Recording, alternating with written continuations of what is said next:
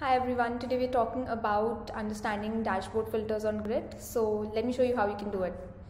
So I'm just going to select the second option, which is dashboards and reports from my left panel. And right here you can see I land on my listings page for my dashboards. So I'm just going to select one of my dashboards. Right now I'm in the view mode, so I'm not going to be make any changes to my dashboard in the view mode.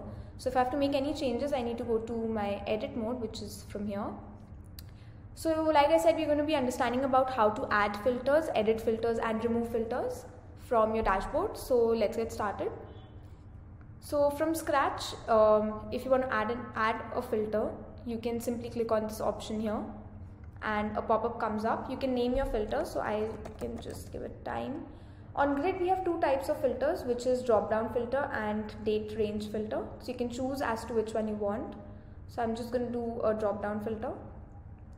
It is important for you to select the source data and your column name, because the filter will be applied on that particular data and column.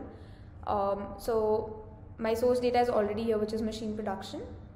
And I'm just going to select my column. So let's say I'm selecting municipality and I add the filter. So right here you can see that my filter has been added.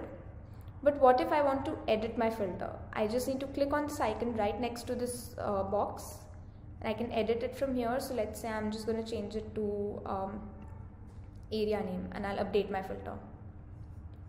Now when I want to add a filter by time, so I'm just going to, since while adding my filter I picked up a drop down filter, so I'm just going to get this option of a drop down and I can choose which one I want. So let's say I just choose this one, and then I'll be able to view my data according to the filters that I've put.